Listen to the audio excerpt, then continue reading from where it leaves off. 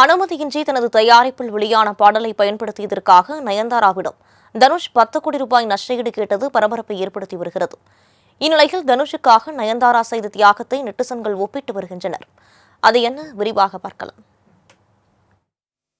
Netflix OTT தளத்தில் நயன்தாராவின் திருமண video விற்பனையானதில் இருந்தே தனுஷ் நயன்தாரா இடையே தகராறு எழுந்து வந்துள்ளது.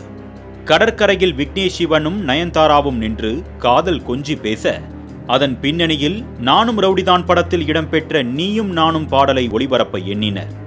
ஆனால் நானும் ரவுடிதான் படத்தின் தயாரிப்பாளரான தனுஷ் இதற்கு மறுத்துவிட்டார்.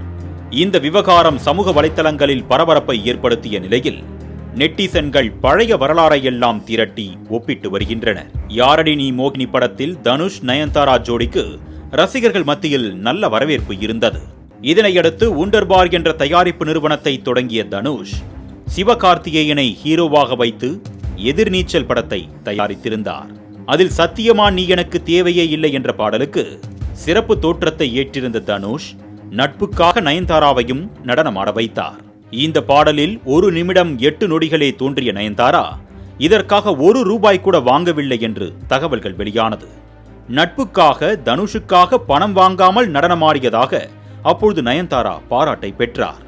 ஒரு காலத்தில் காசு வாங்காமல் நடனமாடிய நயன்தாராவிடம் தற்பொழுது 3 வினாடி வீடியோவுக்காக 10 கோடி ரூபாய் நஷ்ட ஈடு கேட்ட தனுஷை ரசிகர்கள் விமர்சித்து வருகின்றனர்.